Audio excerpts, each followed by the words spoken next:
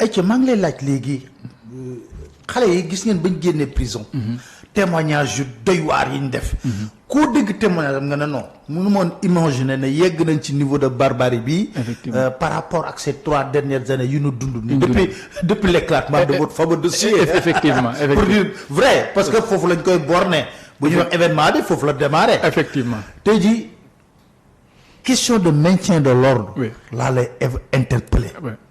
C'est problématique hein, au Sénégal. Oui, effectivement, le maintien de l'ordre est problématique. C'est problématique. Man, tout le temps, on me reproche de prendre toujours la position des forces de l'ordre. Parce que dama xamné que dañ leen tek ci yoon bo xamné xam nga armée ak gendarmerie ak police nu mu mel. Comme nga jël arme rek jox ko nit. Boko joxé dof bi da koy utiliser comme dof. Boko joxé nit ku am xel da koy utiliser comme ku am xel. Xam nga yow ni nga utiliser arme ak man ni ma utiliser arme du ben. Chacun a sa conception. Motax dañoo wara former nit ñi, c'est-à-dire nos gouvernants ci sen bop, surtout le ministère de l'Intérieur. C'est un gros chantier c'est un gros chantier pour Bassirou s'il gagne. Surtout faut que nit ñi ñu xawa xolaat doxalin bi. Xam nga dañuy comme ni ma la wax, gis nga les forces de l'ordre, c'est juste une arme. C'est une arme qui doit être adaptée aux aspirations de la personne qui, par exemple, le président bi démé conseil de sécurité. Il dit au général, je veux que vous me réglez ce problème-là, s'il le faut tuer les gens. Le général, c'est vrai que je comprends quand les Sénégalais disent non, vous voulez exécuter ordre illégal, ainsi de suite. Mais lolo, c'est un peu compliqué. Afrique, il y a une réalité. Mais souvent, le président, non. Par exemple, Exact. Je ne veux pas citer de nom, Exact. mais monsieur le président, parce que le conseil de sécurité typique, merci. Ok. C'est ça le problème. Ok. Te loolu motax xam nga ñun suñu chef yi xam nga grade armée grade bu ne dafa am li nga wara def gis nga soldat ak général waruñu même xalaat bi mais ñun dañoo dem ba généraux yi ci seen bopp ñu yaakaar ne ay soldats lañu bu ñu leen waxee exécuter rek dañu war a exécuter ñu si bëri boo xoolee noonu la ñuy doxalee parce que mënuma comprendre tey ay forces de l'ordre dem ci benn manifestation ñu filmer leen ñu xool lu ñuy def ñëpp gis lu ñuy def ba pare defoo communiquer defoo dara da ngay exposer non seulement force de l'ordre yi ba pare da ngay ternir seen image parce que yow da ngay yaakaar ne tu es loyal à l'État alors que l'État c'est ñun tout c'est-à-dire on est loyal d'abord au peuple parce que État bu amee peuple bi la quoi.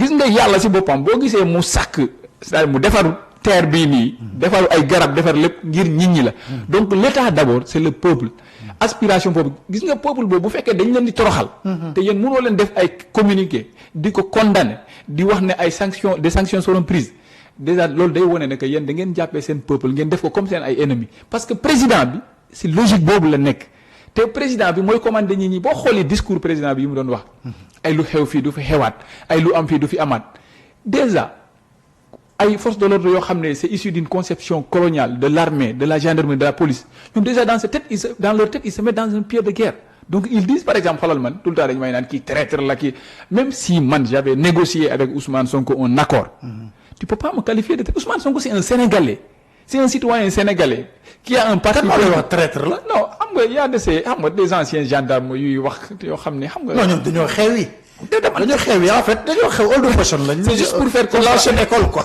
c'est juste xam nga nit sont démodés il faut différencier les forces extérieures et la population sénégalaise gis nga un citoyen sénégalais qui aspire à être président que tu sois de l'opposition radicale ou douce ou de l'opposition qui manipule tu es un Sénégalais tu vas être considéré comme gis nga bu la gendarme bi wala policier bi jàppee da la war a traiter de telle manière que toi-même tu te sentiras fier loolu mooy tax ñun ñëpp ñu am ce regroupement autour des forces de l'ordre saa yu ñu leen laalee ñun ñëpp ñu jóg ñu dénoncer leen donc le programme de Diomaye c'est un peu ça parce que am na benn parti boo xam ne ils ont prévu une commission boo xam ne benn c'est-à-dire benn administration boo xam ne dañ koy créer day enquêter ci wàllu bavure au maintien de l'ordre xam nga l'esprit de corporatisme dafa tax ne par exemple tey gendarme bu defoon dara nga wax ne ay gendarme nañ ko enquête souvent dañuy xaw a jàppalante et loolu c'est normal c'est comme vous voilà réaction corporatiste exactement donc foog nga jël benn structure indépendante boo xam ne ce sera un peu la police des polices di def ay genre enquêtes yi ba pare surtout revoir la formation ba pare yokk ko parce que dernièrement le président a doublé les effectifs. Parce que foofu laa lay wax est-ce que bavure yu ñu gis ak torture yu ñu gis ay vidéo wane ko ñu gis ay homme de tenue def ko par exemple xool ndaw soosu nga jàpp ko ba pare. xam nga koy jàpp di ko yóbbu cooto koy jërul dóor. jërul wéq jërul def dara.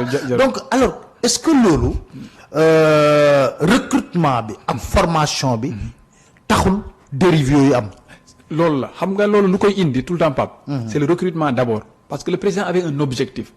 boo dégluwee discours xam nga président bu waxee. waaw fii kenn du fi kàcc yi force restera à la loi. voilà xam. donc déjà les forces de l'ordre se sont mis dans un ordre de bataille c'est-à-dire ñoom ce n'est plus le maintien de l'ordre. loolaa Sénégal dañ dem guerre ak peuple bi. exactement parce que da ngay gis ay nit di viser ay armes mais loolu ce n'est pas les forces de défense encore une fois c'est le président c'est le pouvoir donc loolu moo tax.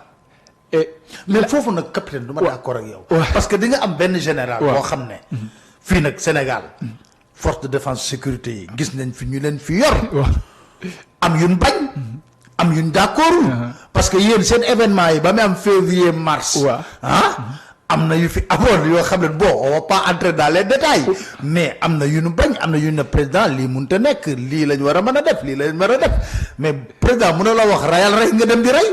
est-ce que c'est pas le contraire est-ce que ñoom sax ñooy dem wax le président bàyyil parce que man gis naa man kenn ku dégg laa mel ne ko dara du fi yëngu am nañ ay drone yuy laaj sax ay grenades. loolu laa lay wax waaw gis nga il faut dépolitiser. la police et la dépolitiser. xam nga loolu nu ñu koy defee. comme ni ma la wax xam nga général bu ne ak conception am de l'armée c'est-à-dire nous avons une formation coloniale yàlla moo def ne am na ñu si génn ñoo xam ne amuñu par exemple je vous prends l'exemple du général Tine. il n'a pas cédé à la pression. gis nga tey boo bëggoon par exemple dépolitiser la police ou la gendarmerie da ngay jël quelqu'un comme le général Tine nga dënk ko ministère de l'intérieur. xam nga kooku. ñëpp xam nañ ne ban conception lay doxee. te romb na foo xam ne day jot ay pression pour di def un sale boulot. nga ne ko je te donne une mission pendant 3 ans. nga jox ko les moyens qu'il faut pour former reformer ba pare changer conception yi parce que moom général la keneen général la jaar na fa tey moom général Tine si boppam dina ruus ne un autre général defal loo xam ne du yoon parce que en tant que militaire parce que ils ont le sens de l'honneur. donc moo tax dañoo war a jël un certain temps. ñu dépolitiser la police et la gendarmerie ba pare revoir la formation ba pare pacifier l'espace ba pare créer ay missions yoo xam ne day jaxase les forces de l'ordre un peu avec la population. mais léegi ci 3 ans yi la yàqu. mais c'était un plaisir. de regarder le défilé du car c'était un plaisir mais ci 3 ans yi la yàqu. le processus là en fait boo xoolee. processus mais ci 3 ans yi la. am nga même avant. boo xoolee avec le président Ablaye Wade. waaw mooy période boobu si amoon ay violence. waaw peut-être que à l'époque il y avait pas eu beaucoup de morts. mais c'est selon en fait la virulence du chef de l'État da nga xam ne Ablaye Wade c'était un démocrate quand même c'est quelqu'un. un républicain démocrate. quand il faut lever le pied il le levait. mais le président Macky Sall mooy genre nit boo xam ne lu ñuy waxtaanee ci télé yi. en fait par exemple tey je vous donne un exemple gis nga tey bu Guy Marius Sagna jëloon parole di naan Macky Sall forcé suba di nga libérer Ousmane Sonko nit jotale ko ci noppam. il va faire tout pour le garder là-bas pour 2 mois pour won ko ne du yow yaay diriger man maa diriger c'est-à-dire grandeur quoi. président du doxalee noonu. grandeur c'est ça. donc loolu mooy problème bi boo xoolee image yu force de l'ordre yi c'est le reflet des dirigeants. xoolal par exemple notre ministre de l'intérieur c'était un magistrat lui il confond le Sénégal avec un tribunal yow nu ñuy mën a defee ay manifestations dem di rey ay nit ngay naa dinaan ay force restera à la loi alors que toi même tu n'as plus de force les gens ont tout rasé. au lieu nga toog nga am humilité nga ne leen dëkk bi ñoo ko bokk maa ngi leen di ñaan di leen vraiment di ngeen ñibbi seen kër yi li ngeen di yàq nii ñun ñoo ko moom. mais ngay dem là tu fais le parce que tu dis que l'État ne baisse pas les. mais kan mooy état du ñun ñëpp. lu ñuy def nii ñun ñëpp la ñuy humilier donc moo tax il faudra que ñun jiite. ñu xoolaat leen ñu waxtaan ak ñoom ñu am humilité ñu xam ne ñoom du ñu ay yàlla ay nit lañu. que gis nga ku nekk ministre yi avec le cultivateur baykat bi mécanicien bi amuñu lu ñu gënante juste que kële dañu ko jël confier ko ay mission pour un temps bien déterminé. surga la sax. te Sénégal malheureusement ñun. koo fi jox nguur. ay mbokkam ñoo koy njëkke wax ne lii yàlla moo la ko jox. sa liggéeyu ndey la sa liggéeyu ndey la waaw. Tu prends tes 2 téléphones. Tu les confies à quelqu'un. Même tes anciens amis, s'ils t'appellent, duñ la jot. Après, par exemple, je vous donne un exemple, l'exemple de Macky Sall. Les 2 personnes qui ont le plus influencé Macky Sall dans ce qu'il a fait, c'est le professeur Ismaïla Madior Fall et le ministre Antoine Diop. Mais ñooñu Macky Sall, quand il se battait pour accéder au pouvoir, ils étaient où? C'est des intellectuels universitaires. Ismaïla moom dafa dawoon sax ci assises nationales li daw. ba Macky Sall waxee la daw boobu nga ko gëj a dégg. Ismaïla Mimi Touré moo ko indi auprès de Macky Sall.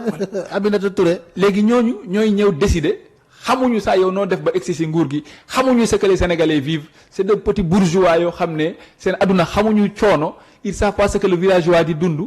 Après ñooñu nga bëgg a naan c'est vous qui décidez du quotidien des Sénégalais ñuy saaga ku leen neex ku def dara ñu dem jël la tëj la mais fokk ñu yóbbu leen kaso ñu xam lu fa xew ñoom aussi pour comprendre. la force obscure force occulte terroriste yi. loolu yëpp li ma la wax la c'est que le professeur le ministre Antoine Félix Diome à un certain moment il s'est cru être un procureur qui prenait un réquisitoire devant un tribunal. Donc à chaque fois qu'il y avait un problème il était là pour justifier les faits di accuser nit ñi de fausse xam nga Pape.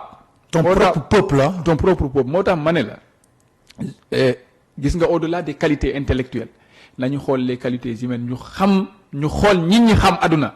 xam sénégalais yi xam Sénégal ñu dënk leen parce que koo xam ne musul dem kaso xamul saa sénégalais bu ma kooku en fait il va au-delà de ses prérogatives parce que moom lenn rek moo ko intéressé satisfaire au président.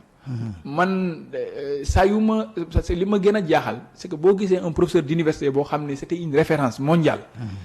muy dem ba toog ne la man tey mënuma wax lii wala mënuma def lii parce que homme politique la wax dëgg yàlla da ngay xam ne dëkk bi yàqu na parce que lui qui nous enseignait des valeurs. c'est lui qui nous disait que c'est ça qui est bien c'est ça qui n'est mais lui nous a dit à travers son comportement que demain si vous avez un poste de ministre. mante s'il vous plaît fen leen parce que loolu moo arrangé ku la jiite loolu moo arrangé sama parti politique. alors que yéen da ngeen jiite Sénégalais yi da ngeen jiite opposants yi da ngeen jiite le pouvoir da ngeen jiite ñëpp mais ñoom dañoo jàpp ne Sénégal seen parti politique kese la ak seen privilège. loolu lu